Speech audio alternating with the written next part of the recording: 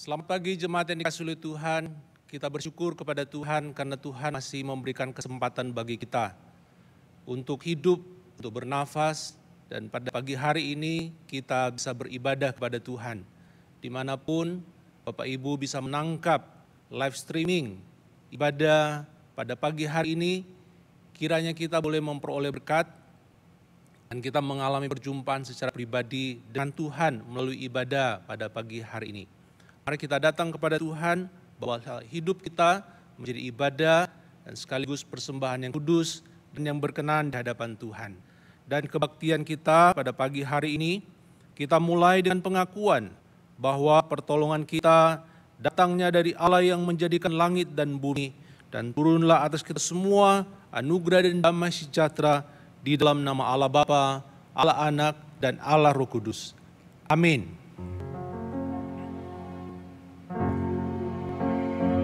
Pagi Bapa, pagi Anak serta Roh Kudus, dari permulaannya, sekarang dan akan jadi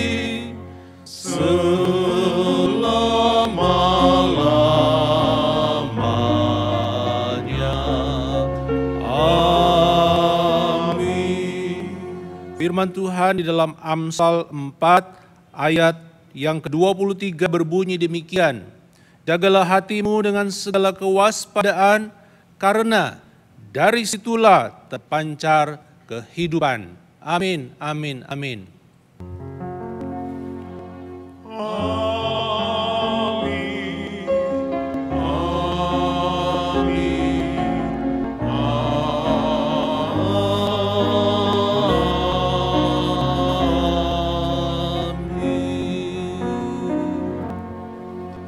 Shalom jemaat Tuhan, puji syukur hari ini kita boleh menikmati kasih Tuhan dan rahmat Tuhan yang selalu baru setiap hari.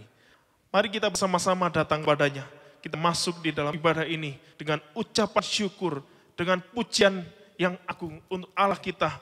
Hanya Dia yang layak menerima pujian hormat kita. Mari dengan sukacita kita menaikkan pujian bagi nama Tuhan.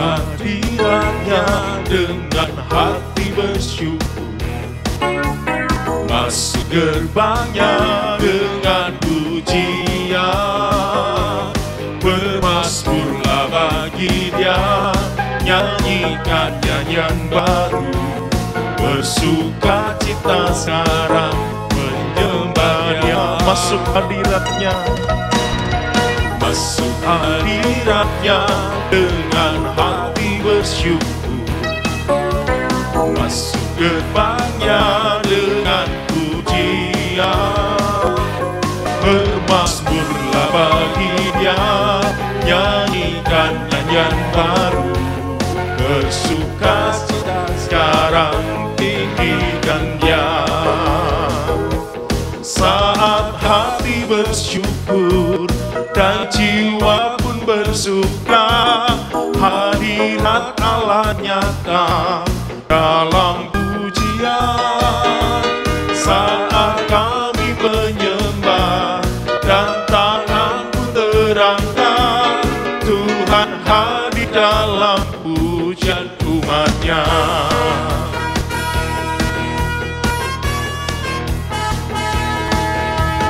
Mari sorak-sorai bagi namanya dengan penuh sukacita.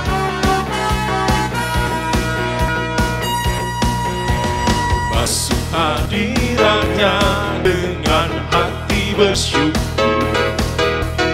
masuk gerbangnya dengan pujian. Kita bermazmur bagi namanya, nyanyikan nyanyian baru, bersuka, mari tinggikan Dia, tinggikan Dia.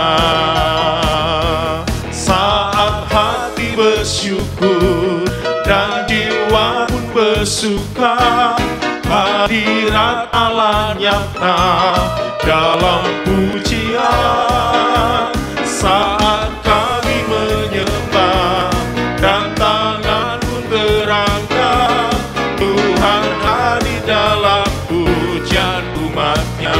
Saat hati kami bersyukur, saat kami bersyukur, dan jiwa pun bersuka, hadirat Allah nyata dalam pujian. Saat kami menyembah dan kami terangkan, Tuhan hadir dalam pujian umat-Nya. Dia ada di tengah-tengah kita. Tuhan hadir dalam pujian umat-Nya. Dia bertata di atas pujian umat-Nya. Tuhan hadir dalam pujian umat-Nya. Haleluya.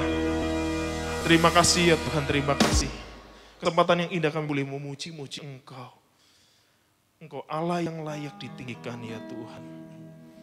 Dan kami mau rindu Tuhan, hidup seturut apa yang Engkau inginkan.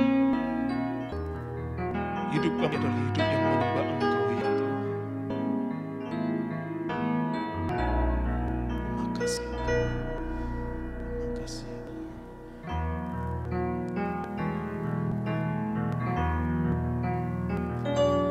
Yesus, Kau kebenaran yang menyelamatkanku. Kau memberikanku hidup dan pengharapan.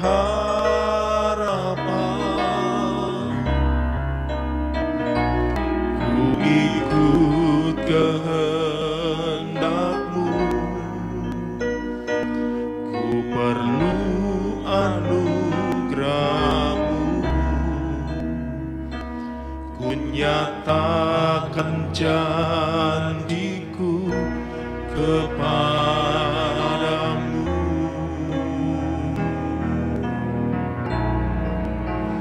Kalau ku hidup bagimu, hatiku tetap memandangmu. Dunia tak bisa menjauhkanku dari kasih-Mu. Selama ku hidup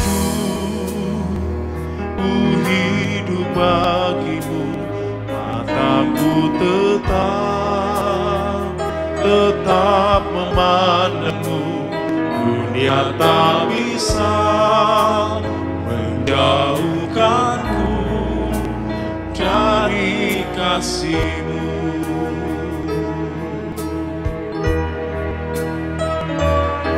Yesus, Kau kebenaran yang menyelamatkanku. Kau memberikanku hidup dan pengharapan.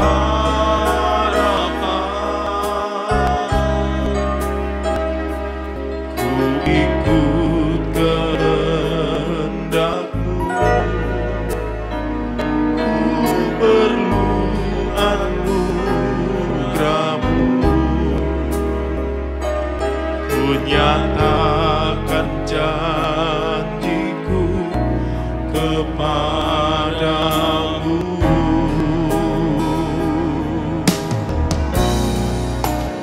Kalau ku hidup bagimu, hatiku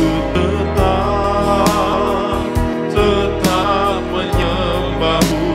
Dunia tak bisa menjauhkanku dari kasih-Mu. Selama ku hidup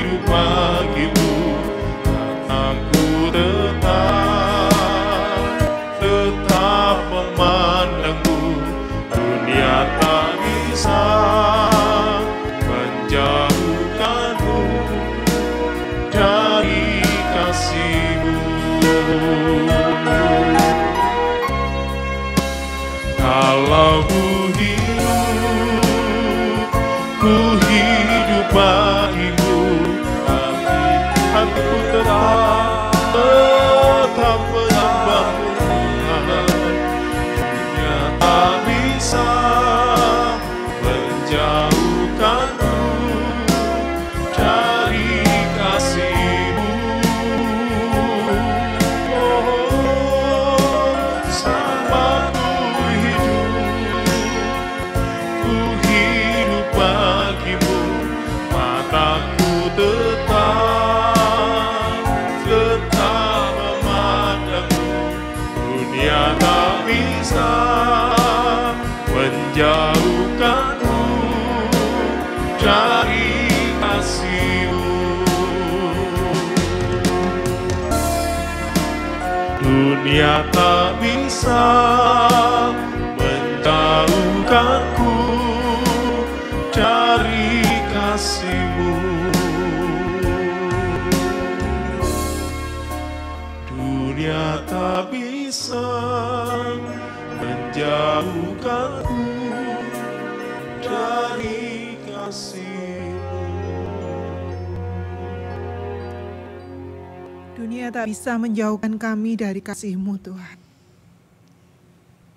Bawa hati kami, Tuhan, supaya jangan dunia menarik kami dari Engkau, Tuhan. Di hidup yang singkat dan yang tidak bisa diprediksi ini, biar hati kami makin belajar mengenal dan mengasihi. Biarlah pagi hari ini, ibadah ini, setiap kami yang melayani di tempat ini dan yang menonton dari rumah-rumah, Tuhan melawat satu demi satu.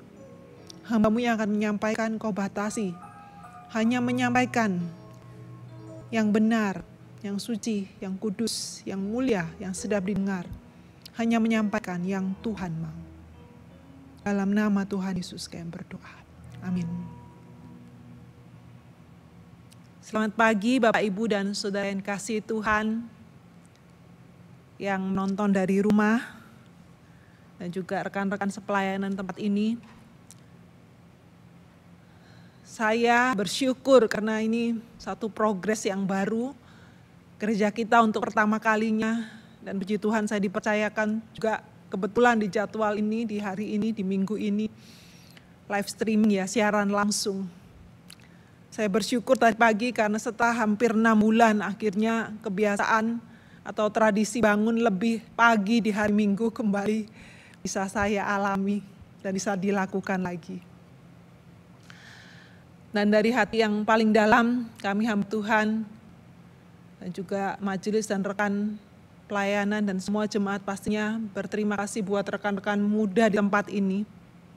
Bapak Ibu cuma lihat saya di layar, kelihatan rapi, cantik, tapi di belakang ini banyak kabel-kabel, komputer, laptop, ya, tripod, kamera. Saya terharu, saya bangga karena sejujurnya gereja kita belum terlalu siap di kemarin itu ya, sebelum pandemi untuk melakukan ibadah dengan menggunakan perangkat teknologi. Kita belum siap secara SDM, masih sedang menuju ke sana. Tapi Tuhan luar biasa. Pagi ini saya melihat orang-orang muda, hamba-hamba Tuhan. Ada Michael, ada Bapak Fernando, ada Nathanael di sini, ada Eko, ada Lukas, ada Pak Edo di atas, ada Pak Prayit, akan ada Pak Har, driver gereja kita. Saya tahu di tengah pandemi ini kita semua sedang kesulitan, mereka pun orang-orang muda masih bergumul dengan pekerjaan, kuliah, Lukas masih kejar skripsi. Tapi mereka mau secara sukarela sebagai volunteer untuk melayani. Saya sungguh terharu, ini gak mudah. Kemarin malam kami mempersiapkan gladi bersih itu sampai jam 9 ya kalau gak salah. Sebelum-sebelumnya juga sudah mempersiapkan. Saya bersyukur Tuhan luar biasa sekali. Dan kesempatan ini saya juga mengundang untuk orang-orang muda khususnya di gereja kita. Ayo pakai kesempatan ini untuk melayani. Mari terlibat, kami masih butuh ya, karena seperti yang saya lihat dari kemarin Pak Jackson ya, sebentar naik ke mimbar, angkat tangan fotum, sebentar ke bawah noto kabel, angkat ini, angkat itu. Michael sebentar di laptop monitor, sebentar dia harus ke sana ke sini. kemarin sempat HT-nya bermasalah sehingga komunikasi ke atas itu balkon agak susah, Edo harus naik turun. Kami butuh ada director yang mengarahkan perpindahan transisi supaya videonya bagus. Kami masih butuh orang-orang yang mau rindu dipakai Tuhan. Kita nggak tahu berapa panjang waktu dan kesempatan. Ini prolog yang sedikit panjang karena ini masih bergetar suara saya karena tadi malam saya di WA sama seorang kenalan saya di Surabaya yang mengatakan bahwa salah satu teman pelayan saya di Surabaya, dulu saya di gereja GKA Trinitas, beliau, bapak ini, saudara rekan pelayanan saya ini meninggal karena COVID-19 4 hari setelah kokonya meninggal. Jadi 4 hari yang lalu kokonya meninggal karena COVID juga. Lalu tadi malam itu ibadah penghiburan saya kasih link Zoom-nya kalau mau mengikuti ibadah penghiburannya. Saya baru buka agak malam, saya syok, saya bilang saya turut berduka cita dan sebagainya. Tidak dibalas lagi karena sudah terlalu malam. Pagi tadi saya dapat balasan dan mengatakan setelah ibadah penghiburan, adiknya yang perempuan menyusul, meninggal juga. Wow, jadi dalam 3 minggu ini satu keluarga, Koko dan teman saya ini, namanya Pak Ali dan kemudian adik perempuannya. Rupanya mereka bulan Agustus kemarin sempat liburan bersama-sama satu keluarga ke Bondowoso dan Banyuwangi. Kita benar-benar tidak tahu waktu dan kesempatan kita seberapa, tapi mari pakai kesempatan yang ada ini, yang sangat singkat ini, untuk melayani Tuhan. Pagi ini saya akan berkhotbah, melanjutkan rangkaian seri ucapan bahagia dari Matius pasal yang ke-5. Dan kita sudah sampai di Matius pasal 5 ayat ke-8. Kita akan baca bersama-sama. Matius pasal 5 ayat ke-8. Berbahagialah orang yang suci hatinya, karena mereka akan melihat Allah. Berbahagialah orang yang suci hatinya, karena mereka akan melihat Allah. Kita tidak terlalu lama akan membahas berbahagia karena sudah berminggu-minggu ini kita terus diajarkan dan dibukakan arti kata berbahagialah, karena itu diulang-ulang ya di ayat-ayat sebelumnya. Berbahagialah atau makario. Itu artinya yang diberkati, yang menerima anugerah, yang berbahagia, yang happy, yang beruntung. Yang saya katakan di khotbah saya beberapa waktu yang lalu bahkan diterjemahkan atau ditafsirkan yang membuat iri, sebuah keadaan yang membuat orang iri, begitu luar biasa, begitu berbahagia. Ini berbahagia yang murni, bukan pendapat manusia atau dunia, tapi pendapat dan firman Tuhan. Yesus sendiri yang berkata, berbahagia itu kayak gini loh. Bukan seperti yang orang bilang, kamu tuh bahagia kalau punya ini, punya ini, punya ini. Atau keadaanmu begini atau begitu. Tapi ini loh yang berbahagia. Ya, ayat-ayat yang kemarin kita sudah bahas dan hari ini. Berbahagialah orang yang, poin yang pertama saya akan bahas frasa suci hatinya. Dan poin yang kedua saya akan membahas arti atau yang dimaksud dengan melihat Allah. Bapak Ibu, kata berbahagialah orang yang suci hatinya. Kata suci di sini menggunakan bahasa Yunani kataros. Bahasa ini dipakai untuk menggambarkan beberapa hal. Biasanya dipakai untuk yang pertama menggambarkan baju yang kotor banget dicuci sampai bersih. Yang kedua dipakai untuk menggambarkan gandum yang benar-benar dipilih itu ya. Ditampi supaya bersih dari kotoran-kotorannya, dari sekam-sekamnya ya, dari yang kotor-kotor itu ya, jadi gandumnya benar-benar bersih dan siap diolah. Yang ketiga juga menggambarkan tentara yang khusus, yang terpilih, bukan sembarang tentara yang kelihatan gede, kekar tapi gak ada kualitasnya, tapi benar-benar yang berkualitas, yang terpilih, yang dipisahkan dari yang lain. Yang keempat juga menggambarkan anggur yang murni, yang benar-benar murni, tidak ada kandungan air. Jadi suci ini bicara pure, murni, terpilih, berkualitas, ya, dibebaskan, dipisahkan dari yang lain. Orang yang suci, orang yang kataros, menggambarkan adalah orang yang tulus, yang tidak ada motivasi yang tersembunyi di dalam dirinya. jujur dalam perkataan dan perbuatan. Atau singkatnya, seseorang yang terlihat seperti dia terlihat. Karena hari ini kita sering kali dikagetkan, loh orang itu tuh pelayan Tuhan loh, orang itu tuh pimpinan di sebuah perusahaan besar sangat dihormati loh. Orang itu tuh setahu saya baik loh. Tetapi ternyata ya tidak terlihat seperti yang terlihat. Tapi orang Kataros tuh terlihat seperti yang terlihat apa adanya, jujur dalam perkataan, jujur dalam hatinya, tulus, tidak ada motivasi yang belak-belik di dalam dirinya. Tidak punya keinginan untuk memainkan tipuan atau strategi khusus dalam relasinya dengan orang lain, dengan rekan bisnis, dengan rekan sepelayanan, dengan klien, dengan siapapun, dengan sesamanya. Tidak punya motivasi untuk memainkan dan menipu dalam relasinya dengan Tuhan juga. Karena seringkali kita hidup itu punya motivasi terselubung ya. Juga ini menggambarkan seorang yang terjaga dari perasaan-perasaan negatif. Orang yang Kataros itu nggak mudah tersinggung. Nggak punya pikiran-pikiran yang, kenapa ya orang itu kayak gitu ya? Apa maksudnya? Karena dia nggak ada motivasi yang tersembunyi, dia nggak bisa berpikir yang jelek tentang orang lain. Dia murni, dia pure. Dan salah satu yang menurut saya cukup mengejutkan, saya pernah mendengar penafsiran seseorang yang sangat kompeten di bidang menafsirkan Alkitab. Dia biasanya banyak menggali di bahasa Yunani.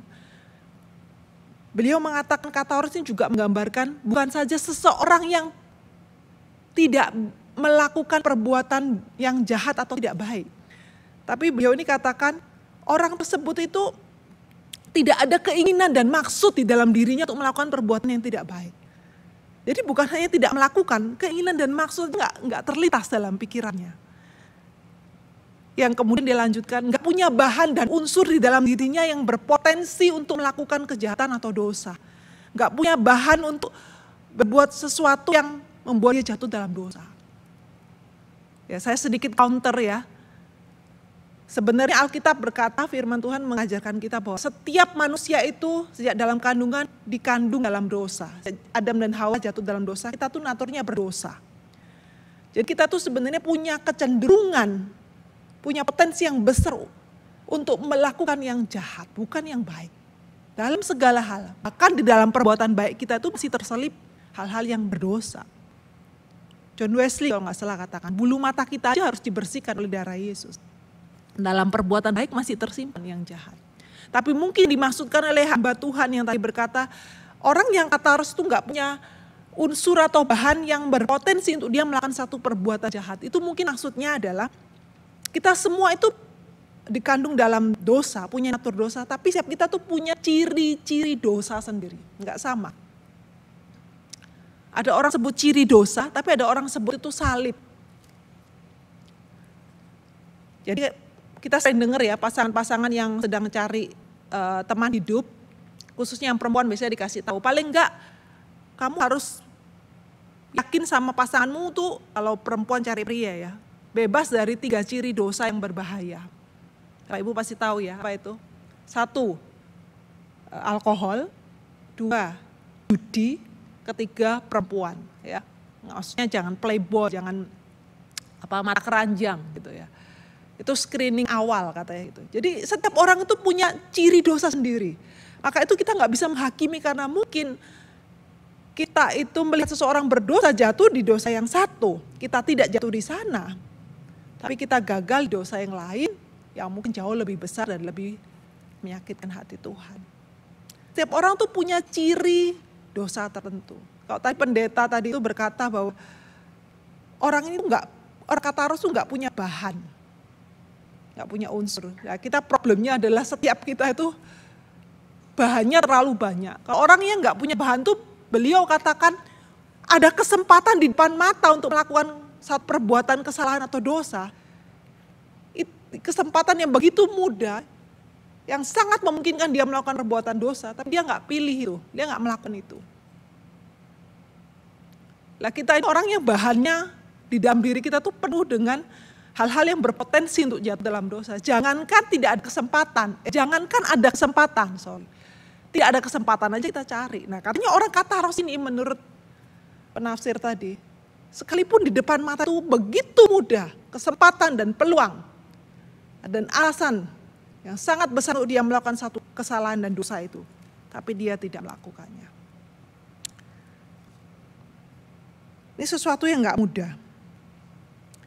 Suatu kualitas suci hatinya kataros sampai seperti itu.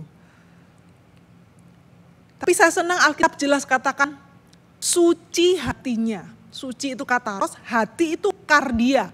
Kata hati dari kardia. Kardia ini bicara insight ya, bagian dalam hati manusia. Bicara keadaan batin dan jiwa, seluruh perasaan, emosi yang ada di dalam diri kita yang seringkali tidak kelihatan di luar.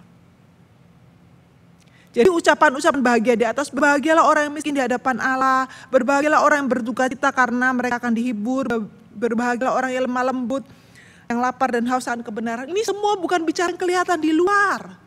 Yang orang sebut, yang orang kasih status, enggak. Ini bicara kardia, suci hatinya yang di dalam. Ini yang membedakan agama, penganut agama dan murid Kristus. Penganut agama, khususnya ini sangat relevan di zaman Tuhan Yesus. Mereka hanya memegang teguh tradisi-tradisi hukum agama. Tapi murid Kristus, mereka sadar, mereka percaya bahwa Tuhan Yesus itu, Allah itu, bukan hanya melihat dan menghakimi yang kelihatan, tangan, mata, mulut berkata apa. Tapi memeriksa dan menghakimi apa yang ada dalam pikiran kita, perasaan kita. Tuhan melihat sampai dalam hati, kardia. Dan ketika Tuhan bicara, berbahagia orang yang suci hatinya, kataros, pure, murni, itu hatinya. Bukan yang kelihatan di luar. Saya masih ingat Amsal 4 ayat 23, saya begitu mendalami ayat ini, jagalah hatimu dengan segala kewaspadaan karena dari situlah terpancar kehidupan. Pada waktu saya duduk di bangku kuliah STT, seorang hamba Tuhan, saya masih ingat Bapak Pendeta Agus Lai, beliau sudah almarhum sekarang. Beliau membahas tentang ayat ini, hati saya itu seperti Roh Kudus bekerja. Jagalah hatimu dengan segala kewaspadaan. Karena dari situ terpancar kehidupan. Hidup kita itu nggak dinilai dari yang kelihatan ini loh. Tapi dari yang ada di dalam batin kita. Tadi dikatakan oleh Bapak Gembala ya. Kalau negara itu istana presidennya, pemerintahnya. Kalau pesawat itu kokpitnya, tempat pusat pengendaliannya di sana. Seberapa hatimu, ya itulah kehidupanmu. Seberapa murni hatimu, ya seberapa itu nilai-nilaimu. Nilai dan harga kita bukan ditentukan apa yang kita pakai, apa yang kita kerjakan, apa yang kita ucapkan. Nilai kita itu dilihat dari hati kita. Seberapa di hadapan Tuhan. Indah sekali. Indah tapi sekaligus menggetarkan. Karena begitu melihat ini saya merasa, aduh Tuhan saya masih jauh dari kataros ya. Suci hatinya.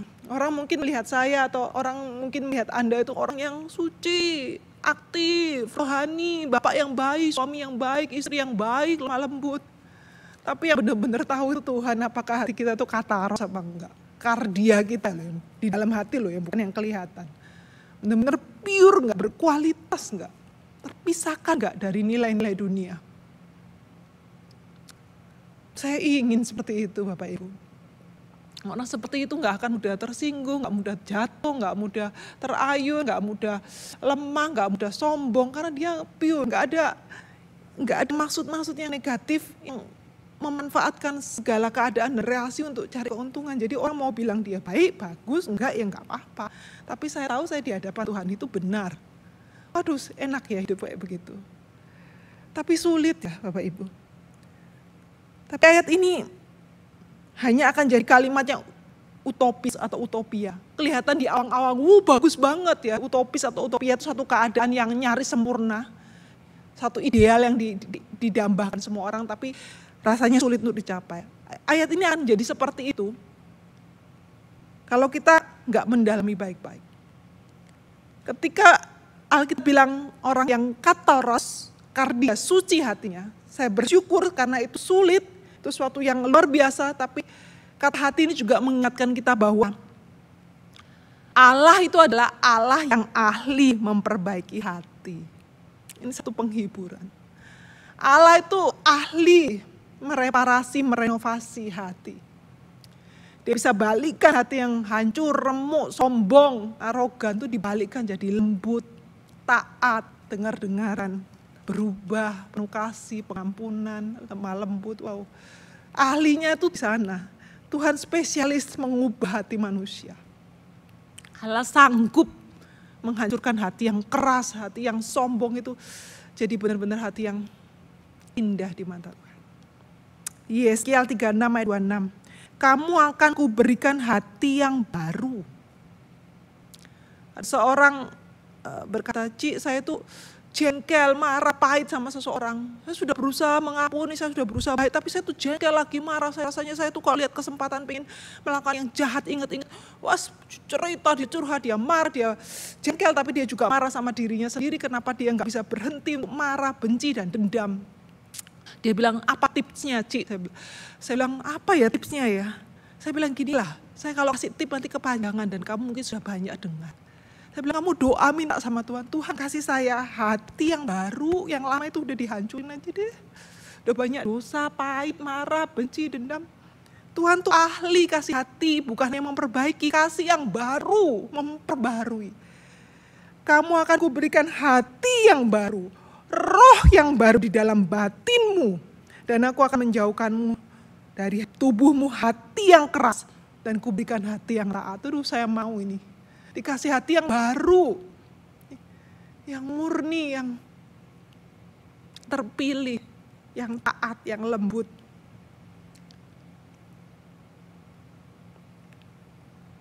Lagunya apa itu ya? Pak Win bisa main. Bapa, karuniakan sebuah hati yang mengasihimu lebih dari segala. Minta sama Tuhan Pak Ibu. Gak bisa kalau cari sendiri. Refrennya. Lembutkan hatiku, hancurkan jiwaku, hidupkanlah aku sesuai dengan firman-Mu. Bentuklah hidupku, inilah doaku, sampai hati Yesus dalam hidupku. Kita bisa minta sama Tuhan itu ya. Tuhan kasih aku hati. Gak bisa usaha sendiri. Karena kita banyak unsur, banyak bahan yang berpotensi untuk mencari peluang-peluang kesempatan untuk jatuh dalam dosa. Cuman ketika Tuhan itu ganti dengan hati yang baru. Poin yang kedua, orang yang suci hatinya akan melihat Allah. Apa yang dimaksud dengan melihat? Kata melihat dari kata opsontai, dari akar kata horao. Yunani itu sangat jelas. Ada yang melihat secara mata, kasat mata, ada yang melihat dengan cara yang lain. Tapi yang dipakai di sini adalah opsontai. Melihat secara batin, secara spiritual. Melihat Allah, opsontai atau horao ini bicara tentang atau menunjuk kepada pribadi yang digolongkan pribadi yang punya kepekaan terhadap pikiran dan perasaan Allah yang didapat dalam proses pengalaman berproses dengan Tuhan setiap waktu. Saya sering mendengar orang tanya sama saya, Ci, kalau ada hamba Tuhan bilang, Tuhan tuh berkata kepada saya. Atau waktu kita tanya, minta pendapatnya, minta doakan, dia bilang, saya tak tanya Tuhan dulu ya. Itu benar gak sih, Ci? Benar gak sih, Bu? Saya biasanya jawab, saya gak tahu dengan orang yang Anda maksud itu benar atau gak benar. Karena yang tahu kebenarannya hati itu cuma Tuhan dan dia ya. Tapi saya katakan bahwa pribadi yang seperti itu bisa mendengar dan peka perasaan dan pikiran Kristus itu ada. Opsotai, horao, melihat dan mengalami Allah secara batin dan spiritual. Dan orang seperti itu harus kataros, murni dan suci hatinya di hadapan Allah dan manusia. Ini satu target, satu level yang disebut berbahagia ini seperti ini loh Bapak Ibu. Saya waktu merenungkan ini, Tuhan, mbok saya dikasih. Indah sekali rasanya. Ayat ini saya pikir saya gak bisa lepas dan meninggalkan satu ayat kesukaan saya di Mazmur 25 ayat yang ke-14. Mazmur 25 ayat 14 bicara begini. Tuhan bergaul karib dengan orang yang takut akan Dia dan perjanjiannya diberitahukan kepada mereka. Tuhan tuh bergaul karib akrab dengan orang yang takut akan Dia. Dan perjanjiannya diberitahukan kepada mereka. Kata bergaul karib ini dalam bahasa aslinya tuh dekat, intim, bersahabat, berbagi rahasia. Bahkan menggunakan kata confide. Anda tahu confide, kalau Anda tulis confide di Google Translate itu artinya apa? Anda akan kaget di sana, confide itu coba Bapak Ibu lihat. Confide, C-O-N-F-I-D-E itu, terjemahan Indonesia itu curhat, mengungkapkan isi hati, mengungkapkan rahasia, membuka dirinya. Tuhan tuh mengungkapkan dirinya, curhat, akrab, mengungkapkan rahasia-rahasianya kepada orang yang takut akan Dia dan perjanjiannya disingkapkan kepada mereka.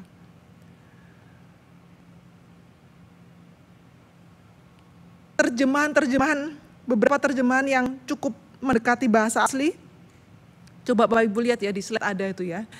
New King James Version itu bilang, the secret of the Lord, rahasia Tuhan adalah bersama orang-orang yang takut akan Tuhan. American Standard Bible, the secret of the Lord is for those who fear Him. Rahasia Tuhan itu untuk orang-orang takut akan Tuhan. Dan NIV, the Lord confides. Tuhan itu curhat, mengungkapkan, membuka rahasia hatinya itu kepada orang-orang yang kata roh suci, yang takut akan Dia, yang lurus, saleh, benar di hadapan Tuhan, bukan di hadapan manusia. Maka saya kata kalau ada orang bilang, saya merasa Tuhan berbicara kepada saya nggak tahu orang itu benar apa enggak, atau hanya untuk mencari sensasi. Tapi orang seperti itu, yang punya kepekaan terhadap pikiran, perasaan hati Tuhan itu ada.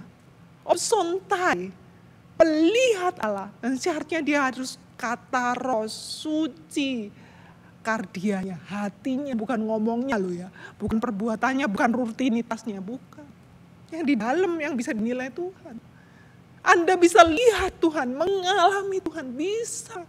Seperti merasakan satu suara Tuhan yang begitu hebat dan ajaib yang gak bisa dijelaskan. Kok kamu mantap, kok kamu yakin Tuhan bilang begitu sama kamu.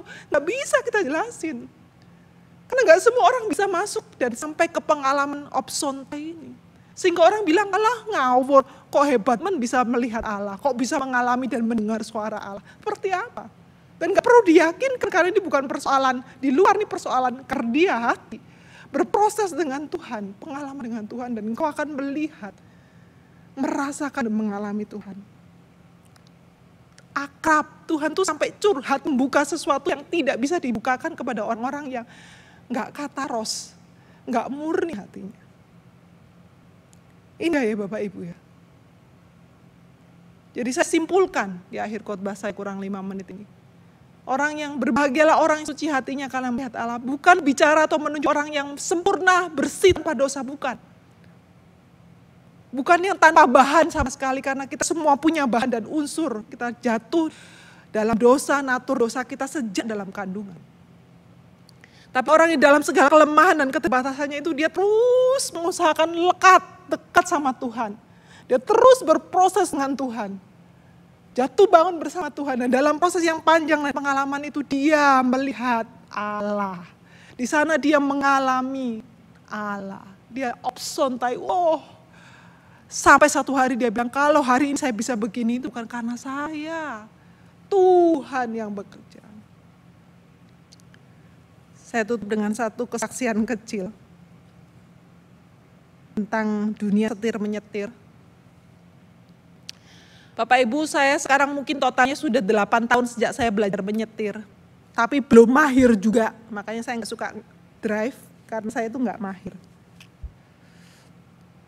Saya pernah nyerempet Avanza dan harus ganti 300.000 ya. Keserempet kecil orang yang minta ganti 300, ya udahlah daripada ribut ya. Saya pernah nabrak pohon di Baterah itu, Dulu rumah makan Batra yang di Kalimas ya. Oh ya, yang punya pulanglah mungkin nggak tahu. Saya pulang-pulang bilang sama suami saya, mobilnya kena pohon, spionnya lecet. Suami saya bilang, oh biasa itu, kalau nggak lecet, nggak nabrak itu baru saya kaget katanya. Gitu. Saya banyak catatan hitam tentang nyerempet, nabrak tong sampah dan sebagainya. Dan yang terakhir sebelum mobil saya jual, saya pergi ke rumah Bu Vita sama Pak Agus rapat. Di depan rumahnya itu ada motornya mbaknya pocokan, saya tabrak, nggak sengaja ya, saya serempet, motornya jatuh ke got, ke parit. Itu catatan yang paling hitam kali ya. Sampai Pak Agus sama supirnya itu bantu ngangkat, saya bilang, tuh maaf ya Pak Agus, maaf, saya bilang gitu. Untung kok motornya nggak apa-apa ya. Jadi catatan saya tentang lecet nyerempet itu sudah biasa. Satu hari ini kebetulan kasusnya ketika saya masih bekerja, saya itu datang ke kantor, saya mau parkir, ada satu mobil, nggak ada tukang parkir waktu itu, masih pagi sekali, saya rencana mau parkir di sebelah satu mobil itu, mobil mewah. Waktu saya mau parkir itu baru mau mendekati itu, saya terlalu mepet, terus bunyi, kerok gitu. Saya langsung berhenti kaget, waduh ini pasti nyerempet ini. Saya sudah biasa dengar itu Bapak Ibu, jadi kemungkinan besar saya tidak salah. Saya bingung dalam sekian detik harus melakukan apa.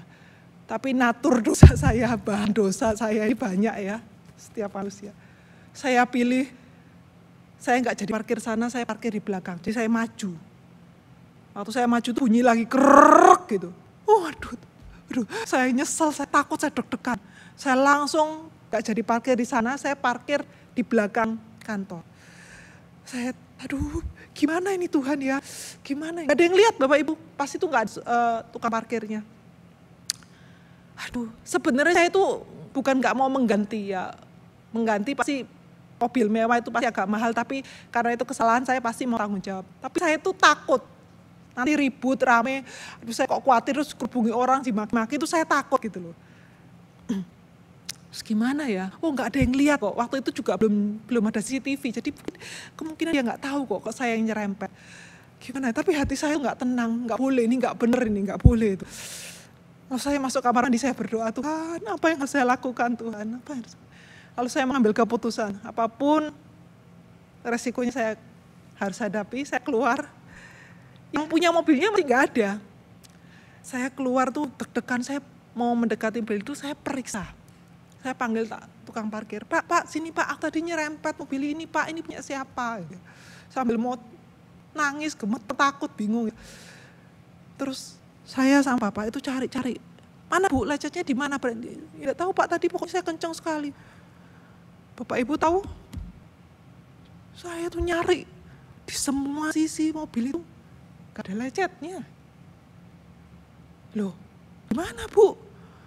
Loh, sini Pak, harusnya Pak, tadi kenceng banget, nggak ada Ibu, mulus Bu. Saya cari, saya muter-muter berkali-kali itu, lecet sedikit pun tuh nggak ada. Aduh, saya bilang ya Tuhan, nggak mungkin.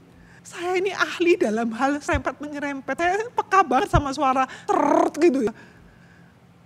Saya bilang ini mungkin bagi orang lain, Ibu mungkin negatif thinking, udah paranoid. Iya whatever gitu ya, apa saja yang Anda boleh katakan, tapi saya ngerasa itu satu pengalaman yang Tuhan ajarkan saya. Waktu kamu berusaha jujur dan tulus sekalipun tuh kamu takut dan kamu khawatir. Kamu melihat Allah, melihat keajaiban Allah, mujizat. Biarlah setiap kita mengalami mujizat-mujizat dan kehebatan Tuhan. Dan Roh Kudus mampu dalam proses kita bersama dengan Tuhan tuh ciri dosa kita dikikis, dan dikikis. Sebagai penutup, saya mau kasih satu kutipan yang indah. Aku ini domba kecil yang tinggal di tempat terpencil mendiami rimba, di tengah kebun buah-buahan yang manis. Satu gambaran hidup yang sederhana dan indah.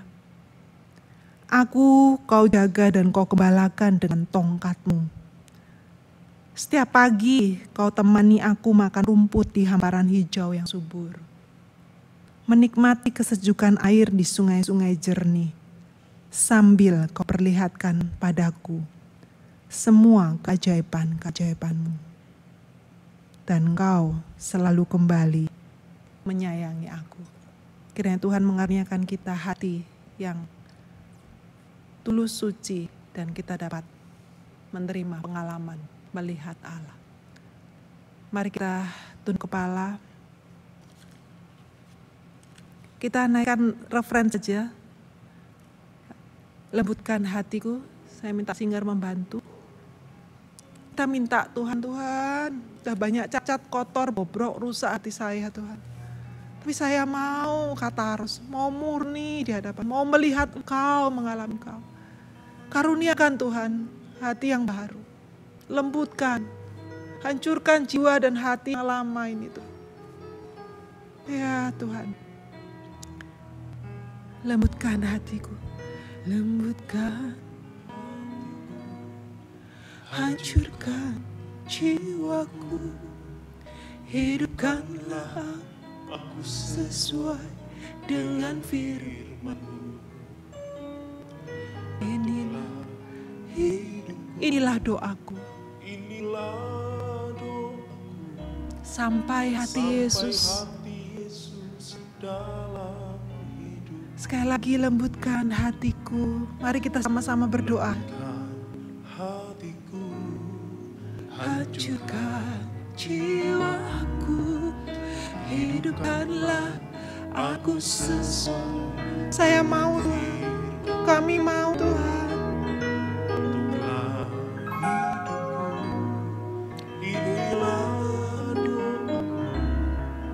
Sampai hati Yesus, sampai hati Yesus, sampai hati Yesus dalam hidupku, sampai hati Yesus dalam hidup. Kami minta dan mohon Roh Kudus mengikis ciri-ciri dosa kami, kelemahan-kelemahan kami, dan mengaruniakan hati yang suci dan murni seperti hati. Dalam nama Tuhan Yesus, dengar doa kami. Amin. Kita akan bersama-sama sebagai jemaat Kristus, kita akan mengikrarkan komitmen kemuridan kita. Kami bersaksi bahwa tidak seorang pun dapat sungguh-sungguh mengenal Kristus, kecuali Ia yang mengikutinya setiap hari dalam kehidupan. Amin. Mari bersama-sama jemaat Tuhan, kita persiapkan persembahan yang terbaik bagi namanya. Kita akan mengawalinya dengan kita berdoa. Kami sekali lagi datang kepadamu ya Tuhan, membawa syukur kami untuk setiap penyertaan, berkat dan juga karunia yang Kau limpahkan bagi kami. Tiba saatnya kami menaikkan persembahan, bila Tuhan mengajar kami untuk kami mempersembahkan dengan ketulusan hati dan juga dengan hati yang penuh dengan ucapan syukur. Tuhan menguduskan persembahan ini, memberkati setiap majelis jemaat dan semua hal yang dikerjakan di dalam pelayanan bagi kemuliaan nama Tuhan. Di dalam nama Tuhan kami Yesus Kristus, kami menaikkan syukur dan doa kami. Haleluya. Amin.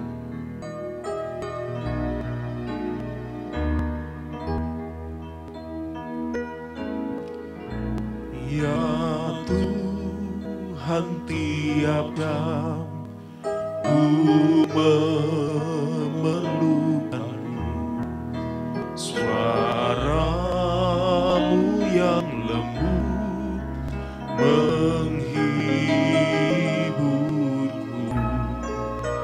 Setiap jam ya Tuhan, Dikau ku perlukan, ku datang juru selamat, berkatilah.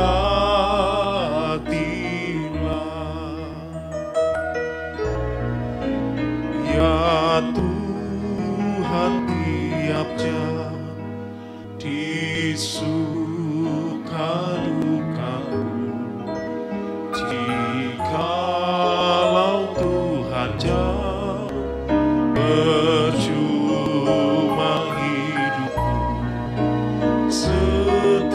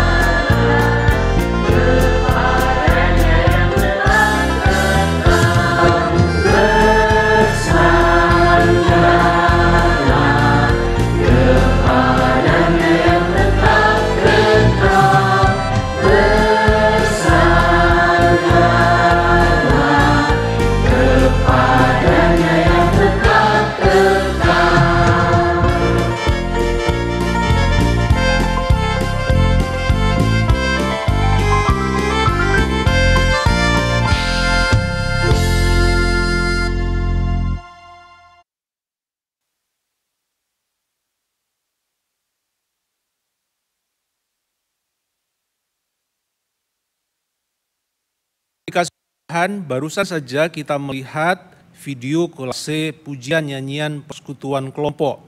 Yang barusan kita lihat adalah video kolase pujian dari kelompok Yudea. Dalam rangka hari ulang tahun ke-30 GKMI Gloria Patri memang ada beberapa acara yang kita lakukan. Salah satunya adalah video kolase pujian nyanyian.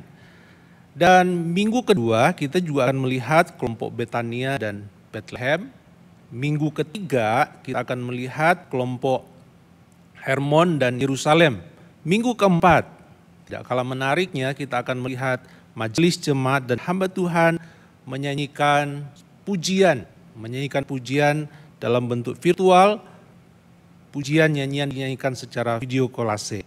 Kita doakan supaya pujian-pujian yang dinyanyikan boleh menyemangati kita, mendorong kita untuk lebih dekat, lebih setia, lebih mengasihi Tuhan, dan terutamanya untuk memuliakan nama Tuhan.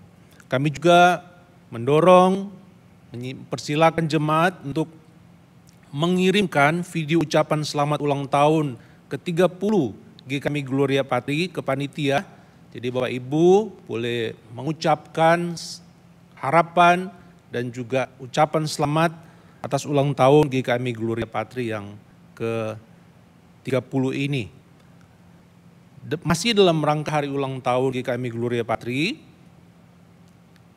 pada tanggal 9 dan tanggal 10 minggu ini, hari Rabu dan hari Kamis, kita akan melakukan temu kangen via Zoom. Pada hari Rabu tanggal 9 September pukul 19 akan langsungkan temu kangen hamba Tuhan majelis dengan kelompok Yerusalem. Hari Kamis tanggal 10 September pukul 19 kita akan melakukan temu kangen dengan kelompok Yudea, dan hari Rabu tanggal 16 September minggu depannya kita akan melakukan temu kangen via Zoom melalui via Zoom dengan kelompok Hermon. Mari kita doakan seluruh mata acara hari ulang tahun ini supaya bisa berjalan dengan baik.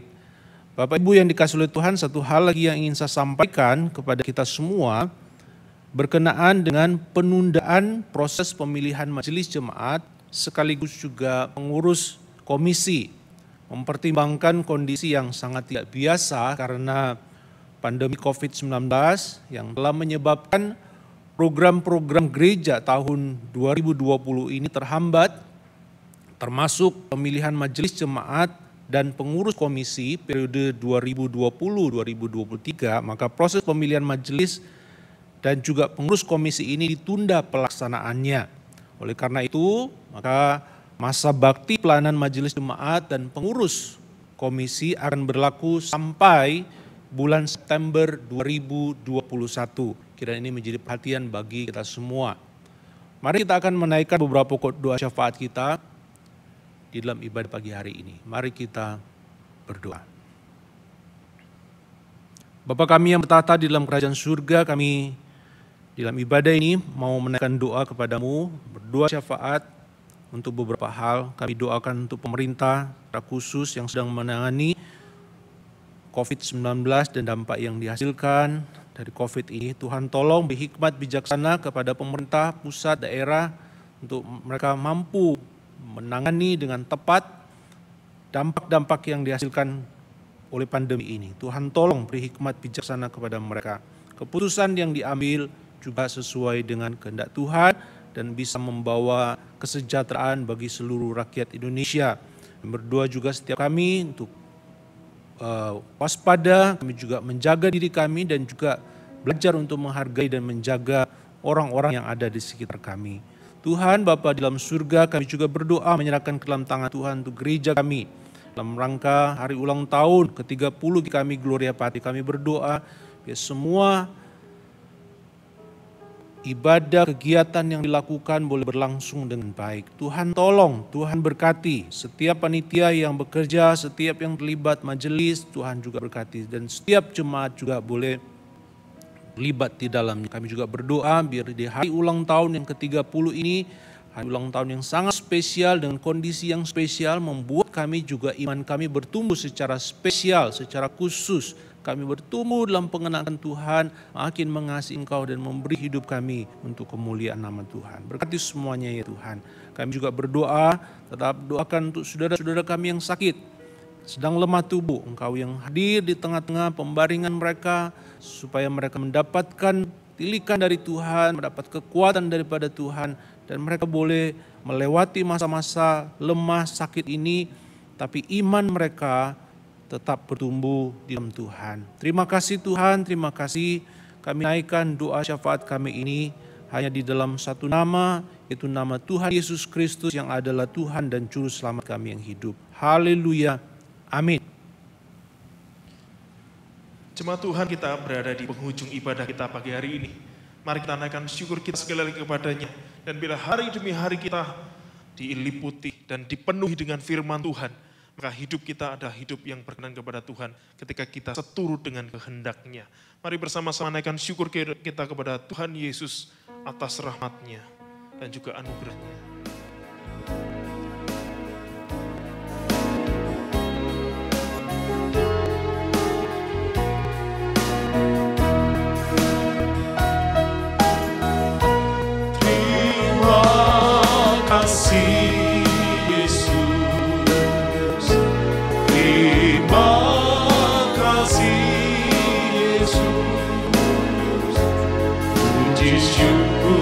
Hanya bagimu, ya Allahku, ya Tuhanku.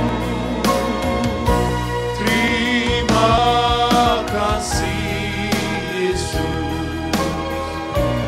terima kasih Yesus.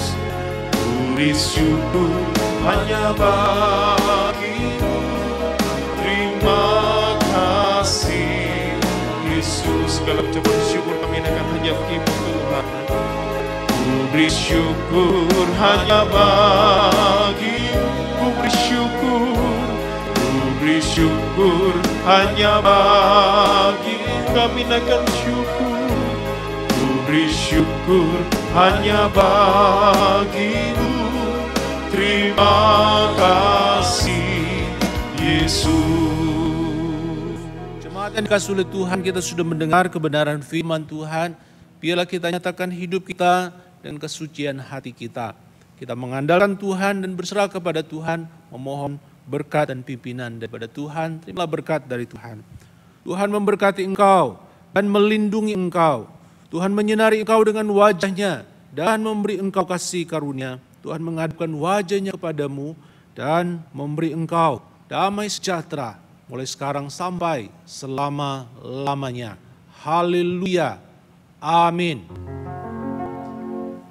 Kepada Allah beri puji, semua makhluk di bumi, padanya ku beri pujian.